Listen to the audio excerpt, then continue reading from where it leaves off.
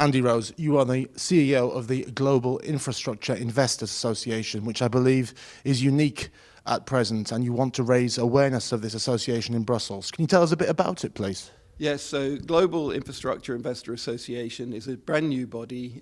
We represent probably certainly the broadest cross-section of membership of infrastructure investors. We currently have 47 members. That represents over 300 billion euros of funds to invest. And I think it gives policymakers a unique opportunity to engage with the sector through one body, which is GIAA. In what way? What sort of engagement are we talking about there? Well, I think it's interesting to look at the aspirations of the Juncker plan. So to mobilize 315 billion of investment, to invest in real assets, and to create an investor-friendly environment. Now, those are all things that are absolutely aligned with the interests of my investors, who are looking to put money into long-term infrastructure projects and really help meet the aspirations of European governments in creating infrastructure that really has very positive effects for the European economies.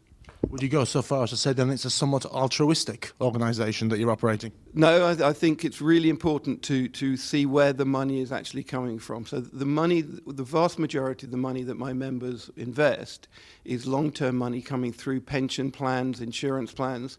So this is the money that you and I are putting to play for our own retirements. And we need a good return on our long-term investment, because actually this is money that the investors through my members are putting in for their long-term retirement. So absolutely, it's incredibly important my investors get the return that is consummate with the risks they're taking, because ultimately it's for long-term retirement plans of individuals. So, Andy, why do you believe that private investors are better, perhaps, at operating key national infrastructure than governments are?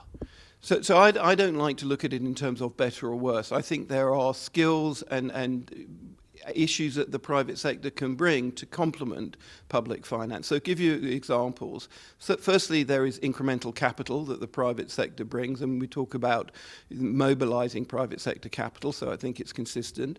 I think private sector have real skills in terms of big delivery of big and complex projects that don't naturally sit in the public sector. And also, the private sector can take a very long-term view on its investment profile. So once the private sector is involved, they need to manage and invest in these projects for the long-term benefit of the project. And very often that's easier for the private sector to do. So my view is it's not a better or worse. I think it is the public sector and the private sector working together to deliver these projects. And so can you tell me, give me an example perhaps of a private sector investment that an investor that has worked so much better than public investment?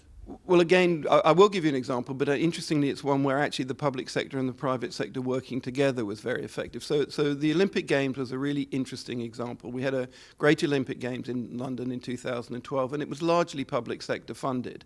But what I think is the legacy of the Olympic Games is the great regeneration that's taken place in the Stratford area in East London. And a lot of that regeneration has come through private sector investment, such as in housing.